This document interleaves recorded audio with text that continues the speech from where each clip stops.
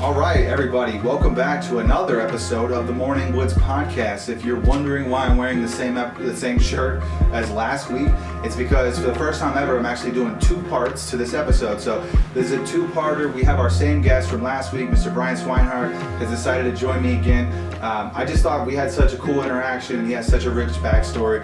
I thought we would give it another go. You guys can find out more about Brian, how he became an actor, and what he's doing in stand-up today. So with that out of the way, please welcome, one more time. I gotta do this real quick. Gotta make these plugs. If you guys didn't buy tickets to my first headlining show at Tuck and Reds on June 16th, then you should go do that right now. Get tickets. It's called Johnny Woods and Friends.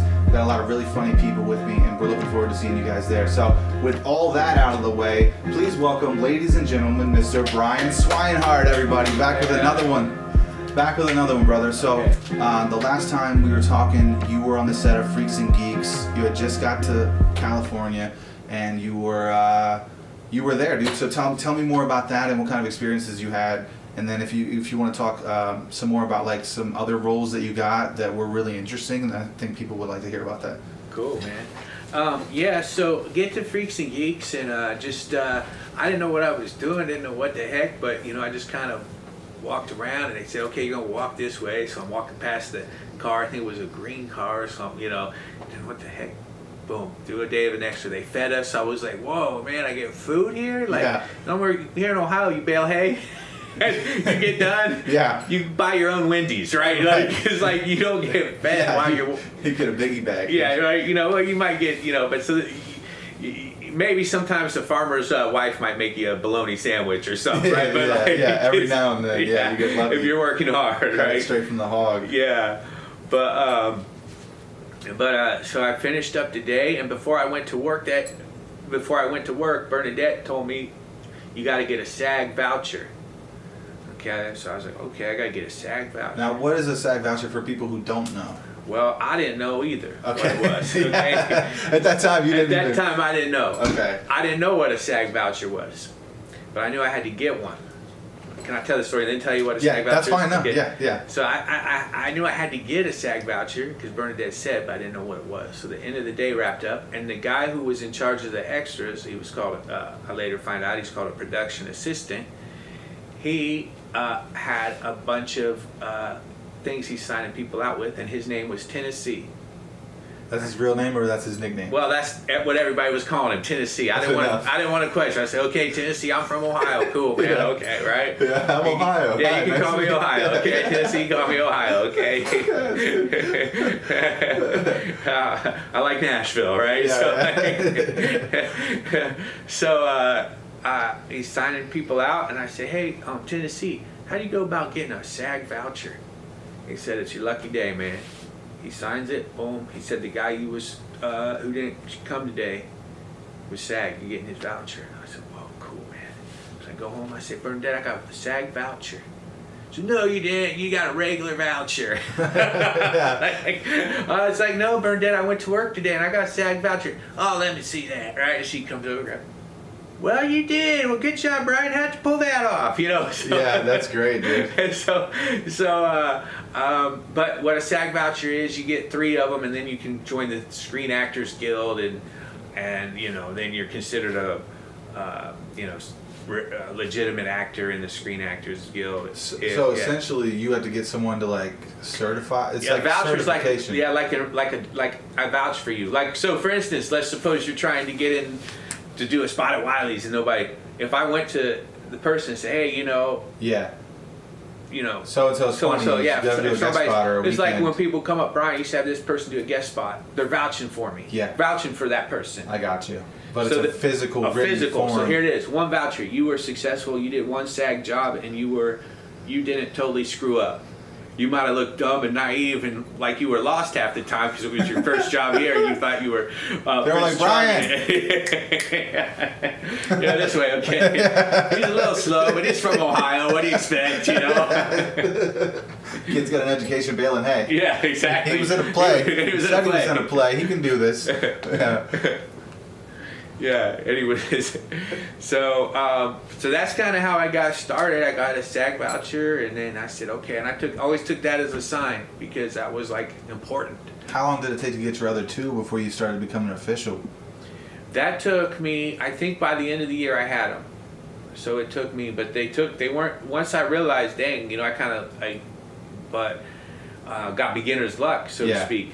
So you were just doing various roles. You weren't continuing as an extra on Freaks and Geeks. That was just like a one-time thing that they called you in for? Yeah, I might have come in a couple more times. Yeah. Just kind of randomly, but it wasn't like you're always on the, because see, the thing I had that was working for me back then was I was 20, but I was close enough to being a high school kid that they would cast me to play high school. So you could do either or. So exactly. So Yeah. sometimes I would play college and sometimes I would play high school. And at that time there was a lot of shows running. So I got to do a lot. Now they were extra jobs and yeah, but still I you was were having on a great set. time. Yeah, I was on dude. set. I got to meet so many interesting people. Yeah. And I really was working like every single day, just like if I was doing, bailing or construction or something out here, but I was just had a regular job out there, just jumping from TV show to TV show as the background there at eating a little sandwich or whatever the hell, right? I'm not gonna eat this morning. I'm gonna have sandwiches on set. Yeah, I'm gonna eat, exactly. I'm So, looking forward to this. I'm gonna see it. It's gonna be a turkey club this week. Is it gonna be a roast beef? That's great, dude. So you're just out there getting it, man. What? So you're just working for Paramount at this time, or do they kind of send you around to all the studios? They send you to all of them. So it just happened that the first I got to go to Paramount, and that's where I met someone too. Tell me where to go to Central Casting, and then Central Casting's like one of the main places. There's a few others, but They cast for all the production companies. all kinds of ones. Okay. All kinds of ones. Okay. So does someone like you just continue to get the roles that they're getting, or are you taking acting classes? Are you out there auditioning for other things in between? What's that process like? Okay, so it's tough because you got to keep auditioning and you got to make your money being an extra.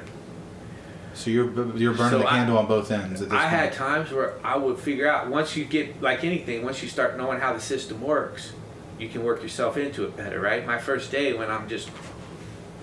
Yeah. Is that James Franklin? Yeah. Well, he wasn't nobody at that time. Oh, yeah. I said, Who's this kid with I the didn't long know who it hair? was. Like, hey, man, I wonder if this guy's got some weed I can borrow for a little bit, Yeah. I can It smell looks it like on he your smokes friend. weed, dude. I wonder if he'll let me have a hit. I don't know who the guy is at that point. You got some Pineapple Express. Yeah, that was way before, dude. Yeah, These guys right. are just starting out. They're new into being stars, like I'm new to being an extra, Yeah, right? right. Which they were probably born into it too. Some of those big guys. Like, I don't know people's. Yeah. It's that's a whole nother thing. But as far as me coming from Little Town, Ohio, and being a part of the scene any which way, it was cool. It was cool to me, Yeah. And so then I would do. Sometimes what you learn to do though is, once I was in the business for a while and I was doing auditions, like you'd get a commercial audition and you're like, dang, I got to be on an extra job, right?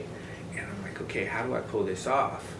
So then How can I be in two places at once? exactly, dude. Yeah. Because you got to make your regular paycheck. You got to stay in the good graces of the people that are hiring you, but you also have an agent that's trying to get you on a commercial. Could be the biggest role of your life. It could change things. You don't know. Yeah. You don't know. It could pay, that one gig could pay more than a lot of these other gigs. Yeah. So do you know, like, oh, I'm gonna be auditioning for Pepsi or Tide or Coke, right? Do you know that right away? So okay, yeah. So they'll give you an audition. So there was a place called La Brea Street, and they had like a lot of auditions, and it was above a place called a Petco. So we'll use this as our example of how LA kind of worked. Okay, so this is like a broad picture of kind of how all of the agencies work. Yeah, there's a street, one of the main streets, and there's an office, and there's a Petco building, and above that is an office where all the people go to audition. A lot of auditions happen, not all of them, but a lot of auditions, especially for commercials. So let's suppose you get an audition, and I had one for Lincoln Navigator once, okay? I remember this. You go up there, okay, you look on the thing, I'm here for Lincoln Navigator, okay. All right. That's great, dude. Yeah, you're That's in there, great. and meanwhile, over there in the corner, like there's, girls auditioning for like, we're here for, Pepsi or whatever. Or right? Maybelline. Or Maybelline, whatever. yeah, Maybelline. They're over there. Oh man, I could pick up my Lincoln Navigator and take it. Take you to buy some herbal lessons in my Lincoln Navigator, girl. Yeah, herbal lessons. Exactly. Yeah, at that time, that would have been huge. Yeah, that's herbal right? lessons. Yeah. All there for my Lincoln Navigator, right? So. I'm going to get a car with this deal. They're going to sponsor me in real life, too. Yeah. So you go and you do your audition. You walk in. They'll have you do whatever the commercial is going to end up looking like. You do it ahead of time, so they see, could this person do it? Are they believable? Do we want to use them? Or they do whatever they look at your resume too. Yeah. Probably right. Who's who's his agent? I'm sure all that stuff comes into play. Yeah, and then sometimes the person who's related to somebody gets it, right? Because which is understandable in something like that. It's a family business. I mean, come on. Because people are always upset at nepotism, and I do understand that. However, what you gonna do? Look at when people are driving by, Smith and Son Painting. Yeah. Johnson Family Plumbing. It's like nepotism's in every profession. It is. Yeah. So it's like, it sucks kind of when you're doing something like that where it's supposed to be, pick this and that, but it's like, how do you say, a meritocracy, right? That's kind of how Hollywood's depicted to be, but a lot of it's who you know. Yeah, it you has. Get lucky. Yeah, it's a lot of it's who you know, because just think, if I didn't know Bernadette, I wouldn't have got that job at Paramount. Sure. And I wouldn't have gotten to do all these things I did. So it is who you know. Sometimes it's luck of the draw. Sometimes, hey man, by chance you're related to somebody who's doing something and you get pulled in. Hey man. Yeah, it's happened to me, like with shows and stuff. You know what I mean? Like all of a sudden they're blowing up and they're like, why don't you come open for me? And it's like, wow, that's, you know what I mean? It's like, yeah, it does happen, dude. It definitely happens. Friend of a friend of a friend. Yeah, so that's why, I think going back to the beginning of the story from last time is Bernadette telling me to go talk to those kids was the lesson. Because you always have to kind of ask, right? Because then that you still, so you can open these doors for yourself, but some people are already swimming while others are treading water as far as who they may or may not know. But that ain't your game, right? That ain't your race. The networking is important, though. It is, dude. You got to talk to people and ask them, hey, how did you guys get this job? I would love to do something like this. This looks really interesting, right? So like, so sometimes I would, once I got better though at figuring out how it worked, sometimes I would do an extra job and go to an audition on the same day. I would figure out when the lunch break was.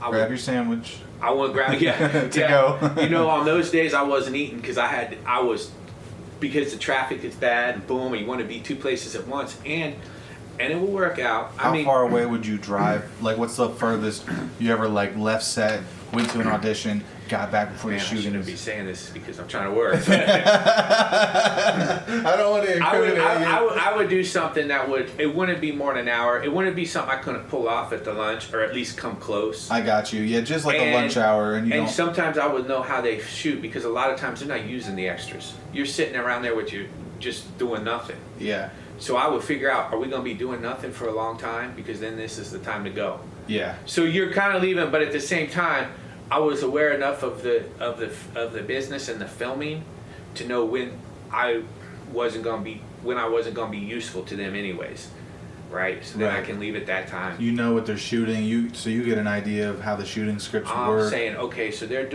I'm in the bar scene, but right now they're doing 2 police scenes before they get to the bar scene. Yeah, you got 3 hours before you I can go. Yeah, you're just going to go run, I'm going to do this audition, I'm going to be right back before anybody notices. Yeah.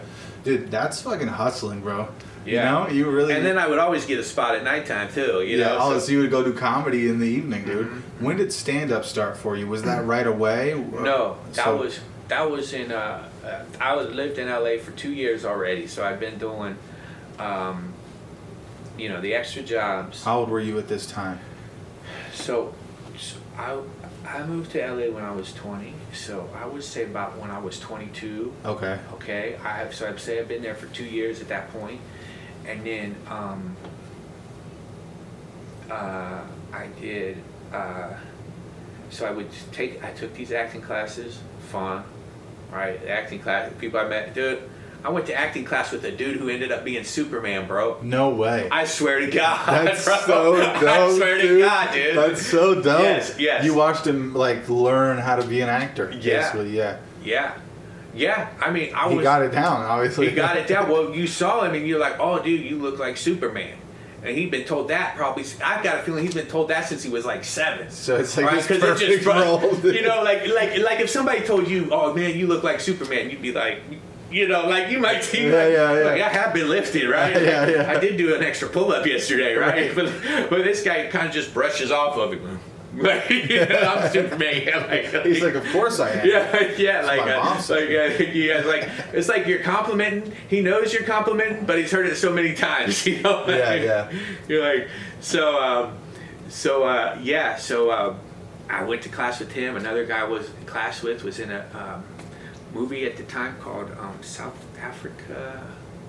Some kind of real big famous movie at the time. My head's not recalling it now because it's been so long, but it was a big movie he was in. He was a really fun guy in my class, and so I would hang out with these guys, right? And my one buddy Garrett would have these great barbecues, you know, with all the actors and everybody going, right? So I'd always hang out with these guys a lot on the weekends. One weekend though, I was at a nightclub in Beverly Hills. So my one thing is I always like to go, I always liked the nightlife, right? When I was in my 20s, I loved going to the nightclubs. Yeah, meeting people, walking around. Just being sociable. And what was cool for me, because I grew up in a little town of 2,000 people, when I went to LA, I didn't know anybody. I didn't know one person. I remember walking around in Pasadena, California, like, I know no one here. I had never really felt that before in my life. Okay, because I was from Covington, and even if I went places, I was always kind of with people from Covington. And if I was somewhere and I was off by myself, it wasn't for very long. Yeah. So now I am in this whole place. I know no one here. They don't know me. Nobody knows. You know what I mean? Like, yeah, it's a whole new world. Whole new You're world. You're like Aladdin, dude. Yeah, whole new world, right? So there I am in a whole new world, and I would like to go to the nightclubs, and I always end up in these weird spots, dude. Just kind of my life at the time, just kind of. I was in a nightclub at Beverly Hills. How I got in, I don't know, but there I am. And at the end of the night, I'm talking to these girls. This guy's talking. Me and this guy, we're talking to these two girls, right? Me and him just met. The 4 of us all just met, but they were friends, and he and I were kind of like guys hanging out at the bar. Okay, so we're talking to these two girls, and I go, hey, anybody want a piece of gum? And I pull out my gum. That's a trick my dad taught me. Always have your gum, you know. Yeah. Be share with people. Yeah. Be share with people. It's like, hey. And this guy goes, man, you know, he say, you must not be from LA, you share. Yeah. It's okay. It's my kids making a little noise right there. They're getting restless. Oh, okay. No, you're good, dude. We got about 10 or 12 minutes left. Okay. So then, turns out he was a comedian. And he invited me to the Pasadena Ice House. And but on that particular day, he invited me to the Pasadena Ice House. It was a Sunday, and I was hanging out with Garrett and Brandon, and we were having a barbecue, and Garrett lived at this place where there's girls walking around, and there's a pool and all this. I said, you know what, man, I want to stay. They're like, yeah, stay, hang out for a while. I said, yeah, but this guy invited me to his comedy show, so I think I'm going to go. Yeah. And dude, who knows how my life would have been different for not that one moment, right? That's crazy, dude. Yeah, because I'm at a barbecue with my friend Garrett and Brandon. They both successful actors and went on to be even more successful. And I was like, you're like, I'm not gonna hang. I got this gut feeling about this comedy. Yeah, so here I am, dude. Sorry, Superman. They accomplished their goals. Yeah. Here I am. Okay, so dude, I know you're gonna be Clark Kent, but yeah, I gotta go. But you know what? In 2023, I want to make sure I'm on the Morning Wood podcast. So that's right, baby. You're rising to new heights, dude. 1,000 people saw this. So that is something I've always questioned. I was like, wonder what would have happened either way. Yeah. You know, because looking back, that was like So basically, you seen your friend do stand up, and then you got the bug. Yeah. So I went to see him, and I was like, oh man, that's awesome. You know, and then I said, how did you get to do that? Because at that point, being from Covington, Ohio, I never really thought it was something feasible someone could do. We're into practical stuff. I mean, even thinking of going out to be an actor is like crazy, but stand up. You didn't realize there were even places where they did that, huh? Right, exactly, dude. I mean, I'd heard of Jokers, and but I hadn't even been to Jokers at that point because you've probably seen stuff on TV too. Yeah, right? you saw on TV Martin Fire or whatever, Martin. Yeah, Martin's really what I remember seeing on TV the most. That was huge in the '90s, and that's about the time you were out there, huh? Yeah, and in Covington, Ohio, Martin was edgy like Eddie Murphy was edgy to everybody else. Right. Okay, because Martin Lawrence is like a family show, but it's actually considered edgy. Yeah, for my town, right? Okay. Yeah. Right. Yeah. So, so I went to see a show. He said, "Hey, man, this guy books the shows, and was a guy who books some bringer shows. Can you get 5 friends?" Oh, I know 30 people at work who'd like to see me perform. Hell yeah. Yeah. So you invite everybody on the set? Yeah. Oh, yeah, dude. Let me just burn them out on my first show ever so they'll never want to see me perform again. Great idea. Wish I would have thought about that. Instead of allowing me to develop naturally, just throw me in front of 30 friends real quick so you can make a quick 300. Yep. Dude, that's the best part about stand-up is, like, you just got to get in when you're not ready. And, like, people don't know what that means because it sounds, like, scary or whatever, but having the first-hand experience, it sucks, dude. Like, when you bomb and you're not really ready, but there's something about it that's still fun when you're up there, even if you're eating shit. Well, it's like, can't believe I'm up here. How you going to get to do it if you don't do it, right? Because how many times have people come up to you after a show and say, "Man, I want to do it, I want to do it, I want to do it." I couldn't count. You can't count. Can't count. You can't count. And it's like, and some people are halfway serious. Some people they do want to do it, but if you really want to do it at all, there's no planning and you got to just do it. Yep. You can run it in your head 1 billion times. You can say it in front of your mirror 1 billion times, but there's nothing like getting up there and doing it. And for all the people who think it's like being funny at the barbecue, it's not. Mm-mm. You can be funny at the barbecue and on stage, but it's not the funny person at the barbecue. It's not your little 8 friends you make laugh. It's like you gotta really think. It's different. It's strangers. You have to appeal to strangers. It's so different, dude. And you have to make them like you. Well, yeah, you have to be as close to yourself as you can, which in itself is difficult.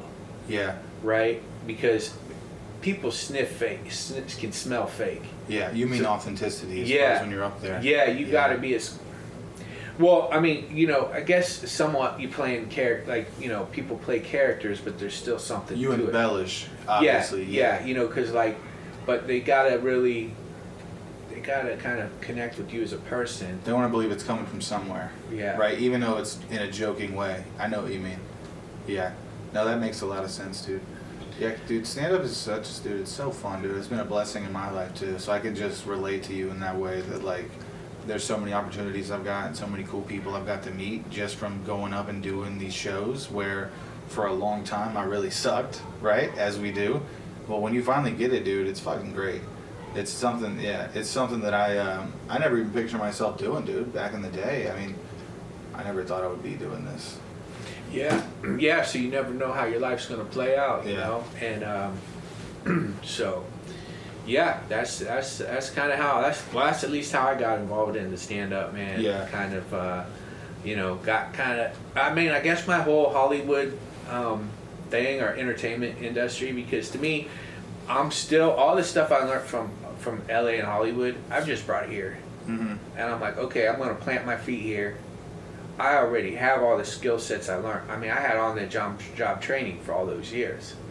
Now it's time to make my show, my